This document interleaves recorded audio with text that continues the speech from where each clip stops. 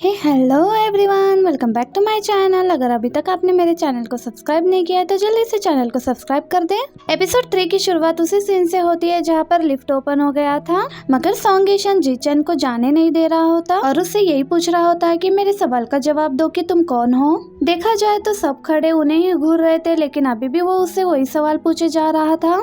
तो वो कहती है कि मैंने तो तुम्हें लास्ट टाइम अपना नाम बताया था, मैं जी-चान हूँ। वो अभी भी सच नहीं बता रही थी तो सॉन्ग ईशान ने उसे छोड़ दिया, जिसके बाद सॉन्ग ईशान बाहर आता है और लिन चियान के आदमी उसे उठाकर बाहर ले जाने लगे। इस तरह से वो सॉन्ग ईशान को देख रही थी। उसे ऐसी उम्मीद थी कि सॉन्ग ईशान ली चियान से उसे बचाएगा। सॉन्ग ईशान गुस्से से वहां से जा रहा था, जिसके बाद असिस्टेंट जैंग बता रहा था कि आपके ग्रैंडपा ने मास्टर जी को घर पर डिनर के लिए इनवाइट किया है, शायद इसलिए कि लिन चियान ने जो गड़बड़ की है ग्रैंडपा उसे उस गड़बड़ को ठीक करना चाहते हैं। सॉन्ग ईशान कहता है कि बस इतना ही या कुछ और भी बताना चाहते हो। जैंग ने घबराते हुए बताया कि ग्रैंडपा चाहते हैं कि आप इस डिनर को अटेंड करो, क्योंकि मास्टर जी के साथ उनकी बेटी जिन भी आई हुई है और उनकी बेटी ने ग्रैंडपा को बता दिया कि वो आपको लाइक करती है और आपने कई बार उसको रिजेक्ट किया, तो इस बार ग्रैंडपा आप दोनों के एंगेजमेंट तय करना चाहते हैं। एंगेजमेंट की बात सुनते ही सॉन्ग ईशान ने आगे कुछ भी नहीं सुना और गाड़ी में बैठकर वहां से चला जाता है। जैंग इधर आवाजें देते हुए कह रहा था कि ग्रैंडपा बहुत गुस्सा होंगे अगर आपने उस डिनर को अटेंड नहीं किया तो। नेक्स्ट सीन में दिखाया जाता है कि सॉन्ग ईशान को एक कॉल आती है जो कि जी-चान ही की थी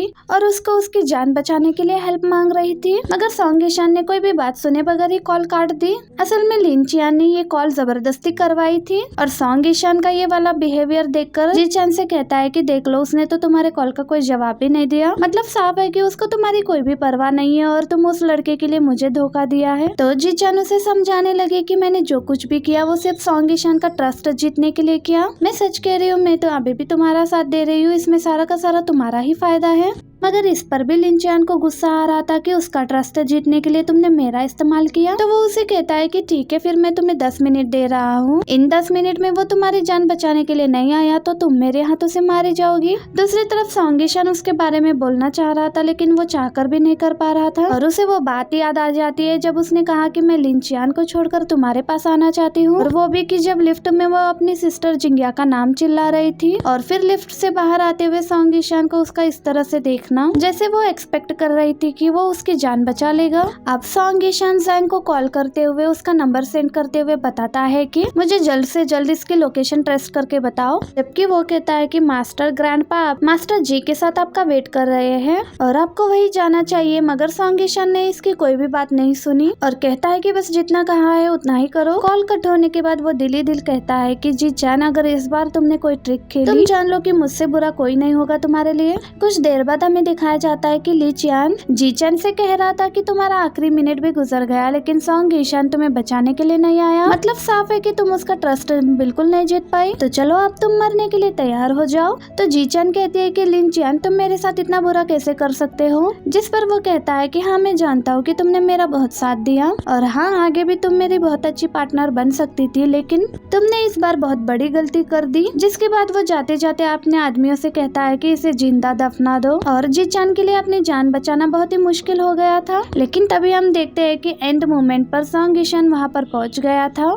जी-चान उसे वहाँ देखकर सच में ही बहुत ज्यादा हैरान हो जाती है, क्योंकि उसने ऐसी कोई भी एक्सपेक्टेशन नहीं रखी थी कि वो उसे बचाने के लिए आ जाएगा। पता चलता है कि उसने सच में उसका ट्रस्ट जीत लिया। जिस तरह से सॉन्ग ईशान ने अपनी जान मुश्किल में डालकर वहाँ पर आया और उसे बचाने के लिए उन सब आदमियों से अकेले ही लड़ रहा था, कहीं ना कहीं ये सब कुछ देखकर जी-चान को ये बात इम्प्रेस कर देती है। उसे अपने स्कूल डेज याद आ जाते हैं जब एक बार वो अचानक से गिर गई थी और सॉन्ग ईशान उसकी बहुत फिक्र कर रहा था। इससे हमें ये पता चलता है कि जब जी-चान ने पहली बार सॉन्ग ईशान को टच किया था और उसे जिस लड़की की याद आई थी वो कोई और नहीं बल्कि जी-चान ही है, मगर अब वो इसे पहचान क्यों नहीं पा रहा, यही वो इस टाइम महसूस कर रहा है। और जब वो उसके पास आकर उसे पूछ रहा था कि तुम ठीक तो हो ना, और इसी टाइम उसने जी-चान के घुटने पर वो निशान देखा, तो उसे अपना पहला प्यार जिंगसू याद आई। हाई स्कूल के टाइम जब उसके घुटने पर चोट लगी थी, सॉन्ग ईशान ही उसका ख्याल रखते हुए उसे तसल्ली देता है कि तुम फिक्र मत करो, ये चोट निशान नहीं छोड़ेगा। और कहीं ना कहीं वो सोच में पड़ गया था कि ये लड़की जिंगसू कैसे हो सकती है। जबकि जीचन कहती है कि तुम यहाँ पर क्यों आए हो, मैं नहीं चाहती थी कि तुम यहाँ पर आ जाओ। इसके बाद सॉन्ग ईशान उसे वहाँ से ले जाना चाहता था, लेकिन एक आदमी आकर उसे पीछे से वार करने लगता है और उसका ये वाला वार जीचन ने खुद पर ले लिया। और ये वार इतना तेज था कि जीचन के सर से खून निकल रहा था और वो वहीं पर बेहोश हो जाती है। और सॉन्ग ईशान को भी उसकी फिक्र होने लगी तो वो फौरन से उसे हॉस्पिटल ले जाता है। दूसरी तरफ दिखाया जाता है कि मास्टर जी गुस्से में अपनी बेटी को वहाँ से ले जा रहा होता है, क्योंकि डिनर पर सॉन्ग ईशान का इतना वेट करने के बावजूद भी वो वहाँ पर नहीं आया। जिन तो सॉन्ग ईशान को देखे बगैर बिल्कुल भी नहीं जाना चाहती थी, जबकि ग्रैंडपा मास्टर जी से कह रहे थे कि प्लीज मेरी बात तो सुनो, मैं सॉन्ग ईशान का दिमाग ठिकाने पे लगा दूंगा, उसकी वजह से आप प्लीज हमारे कुकरेशन को खराब मत करना, मैं उसे इस एंगेजमेंट के लिए भी राजी कर लूंगा। तो जाते जाते मास्टर जी ने बस इतना ही कहा कि अगर सॉन्ग ईशान ने कोई ठोस एक्सप्लेनेशन नहीं दिया तो समझ लेना कि हमारे कुकरेशन भी खत्म समझो। उनके जाने के बाद ग्रैंडपा अपने आदमियों को हुक्म देता है कि उस बेवकूफ लड़के को मेरे पास लेकर आओ,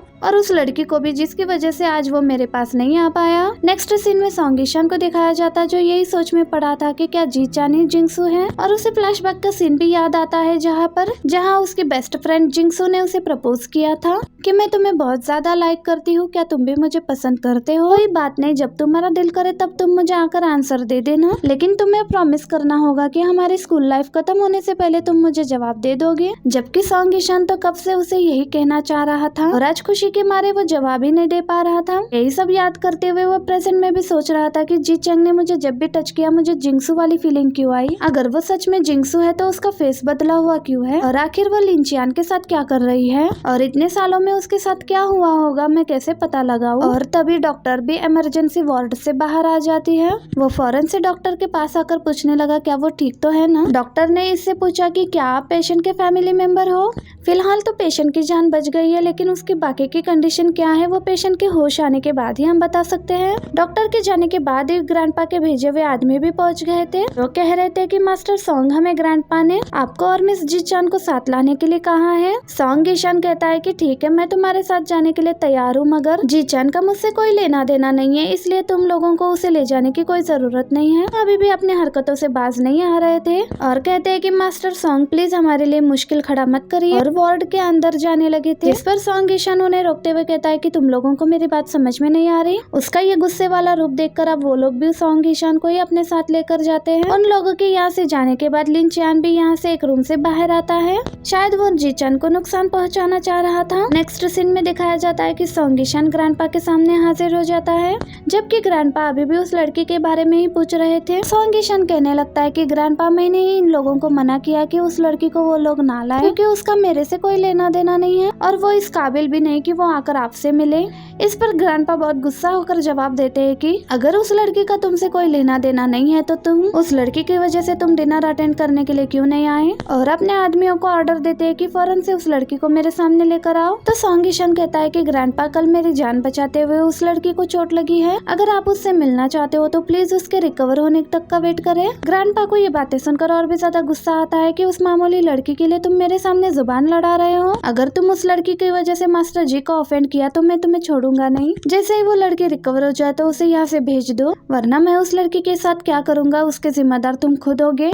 सॉन्ग ईशान कहता है कि आप फिक्र मत करिए, मैं सब कुछ संभाल लूंगा। जिसके बाद ग्रैंडपा ने उसे सजा के तौर पर सारी रात यहीं पर घुटने टेक कर बैठने के लिए कहा। इस पर सॉन्ग ईशान उन पर उफ तक नहीं करता और फौरन से घुटने टेक कर नीचे बैठ जाता है। अब ग्रैंडपा तो वहाँ से चले जाते हैं। जिसके बाद नेक्स्ट सीन में अगले दिन का दिखाया जाता है। जीचन बाहर खड़े होकर पास्ट के बारे में सोच रही थी, जब उसने सॉन्ग ईशान से कहा था कि हम दोनों को साथ में रहकर हर एक मोमेंट को एंजॉय करना चाहिए, और अगर फ्यूचर में कभी मैं तुम्हें ना दिखूं तो सैड मत हो जाना। जिस पर सॉन्ग ईशान बोलता है कि मैं सैड क्यों होऊंगा, बल्कि मैं तो तुम्हारा वेट करूंगा। प्रेजेंट में जीचन सोच रही थी कि अब मेरा चेहरा बदल गया है, इसलिए अब मैं तुम्हारे लिए कोई भी मायने नहीं रखती, लेकिन कल फिर भी तुमने अपनी जान रिस्क में डालकर मेरी जान बचाने के लिए आ गए। मगर साथ ही में उसे याद आता है कि किस तरह बेदर्दी से उसने उसकी ग्रैंडमा और सिस्टर का मर्डर किया, और वो कोई और नहीं बल्कि सॉन्ग ईशान ही था, जो किसी से कॉल पर बात कर रहा होता है। ये सब सोचते हुए वो खुद को समझा रही होती है कि मेरे दिल में सॉन्ग ईशान के लिए कोई भी फीलिंग्स नहीं होनी चाहिए। मेरे पास बहुत अच्छा मौका है, मैं इसका यूज करके उसके पास रह सकती हूँ। जिसके बाद दिखाया जाता है कि सॉन्ग ईशान पूरी रात घुटने टेकने के बाद बाहर आता है तो उसे अच्छे से चला भी नहीं जा रहा था।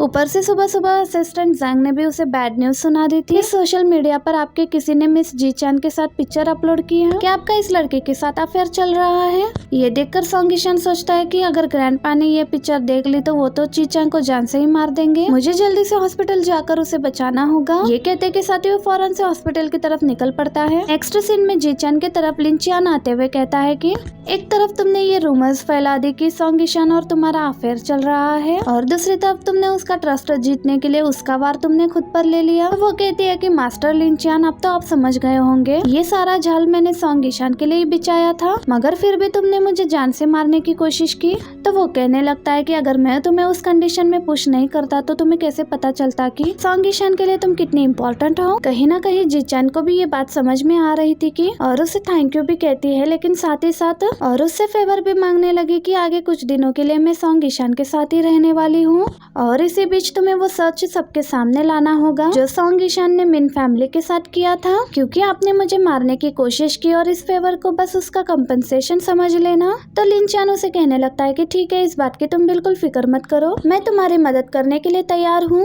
और वैसे भी मैं भी देखना चाहता हूँ कि सॉन्ग ईशान तुम्हें कैसे ट्रीट करता है अपनी स्कैंडल गर्लफ्रेंड बनाने के बाद। इस पर जीचान कोई भी जवाब नहीं देती। एंड गाइस, ये पर हमारा ये पार्ट भी एंड हो जाता है। वीडियो अच्छी लगी हो तो वीडियो को लाइक करना and thanks for watching. Bye bye.